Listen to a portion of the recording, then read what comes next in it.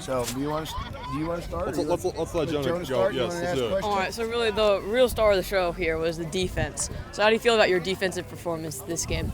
Oh, it's been outstanding. It's been outstanding all year long. You know, and once again, the pressure on the quarterback was immense and forced him into bad throws and multiple sacks, tackles for loss, and just pressure, and you know, is the key to the victory. Just can you walk me through the emotions? Another win over Derby, and you're headed back to state. What are the emotions like?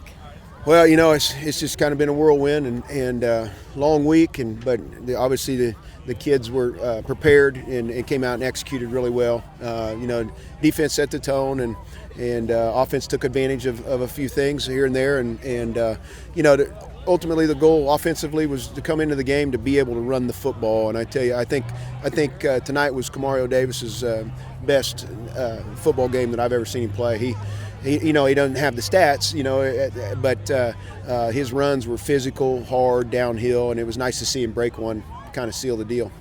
Obviously, Derby's had its run as kind of the power in the West. Manhattan's kind of taken that over the last few years. What kind of statement does a win like this send to the West? Well, you know, we don't really think too much about that. You kind of look in the off season about, you know, how the season might play out, and obviously Derby is always a team that you're going to have to beat. Somebody's going to have to beat them because they're going to be there.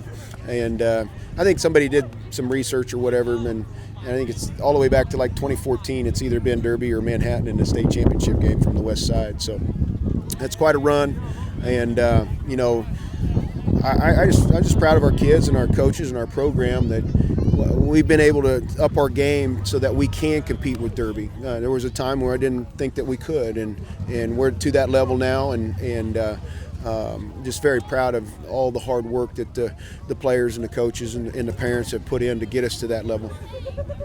You know, you got into the point last couple of years where this is familiar, but maybe not a run quite like this where you guys have been dominant in the playoffs. What has gone into you guys being up to the level that you've been? Well, I tell you, you know, getting healthy is one. You know, in mid-season there, we had upwards of 13 starters that had missed playing time, and you know, that's just rough. And so we got healthy, and you know, we got everybody back in their positions, and we have gotten better.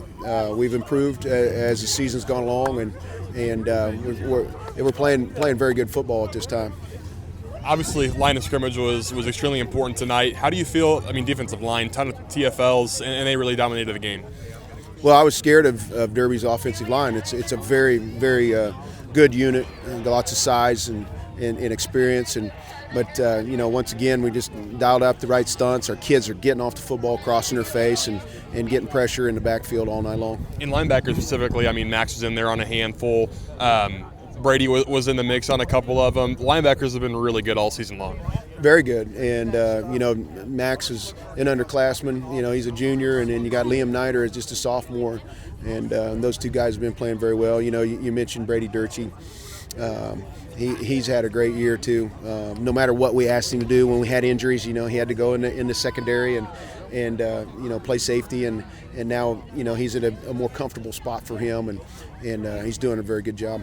Evan Middleton, the transition last year as a D lineman, obviously still on the D line, but what has he meant to the offense? Had that big catch tonight, but also his blocking has been terrific all year long. Yeah, we're dominating on the edge, and you know, Grayson and Evan tied in H-back. It's a big advantage for us, and we need those guys to win, and they are. And you know, Evan's a two-way player, Garrison's a two-way player, you know, JJ's a two-way player, and so, you know, and then we bring in Dabini and Max for our heavy sets, and Joe for the heavy sets. So we got lots of guys that are playing you know, both ways, and a lot of football, and are doing very good. And then you had the JJ passing touchdown tonight. How long have you had that one in the vault? We've been practicing it for probably 4 or 5 weeks, and you know, just kept getting better at it, and better, and the right opportunity arose, and we went ahead and took advantage of it.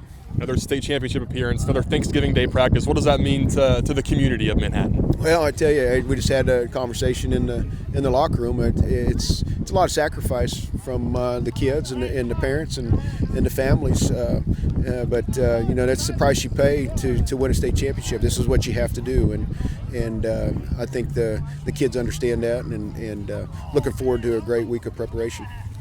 You've got a lot of options at quarterback under center. Is JJ going to be in that mix now too after a passing touchdown? Well, we used him in a lot of different ways tonight and tried to get him in different positions, and so it's an option for sure. Looking forward to the championship against Olathe, how do you look to continue your what's the word I'm looking for? Momentum into that game? Yeah, it's it's the same every week. We got to get to work. We got to study that film. Got to put the game plan together, and we got to have a great week of preparation. One of the things that I'm very proud of is our scout team players. They've been really providing us with a very good look these last 2 weeks, getting us ready to go, and that their role cannot be underestimated. Thanks. All right, thank you.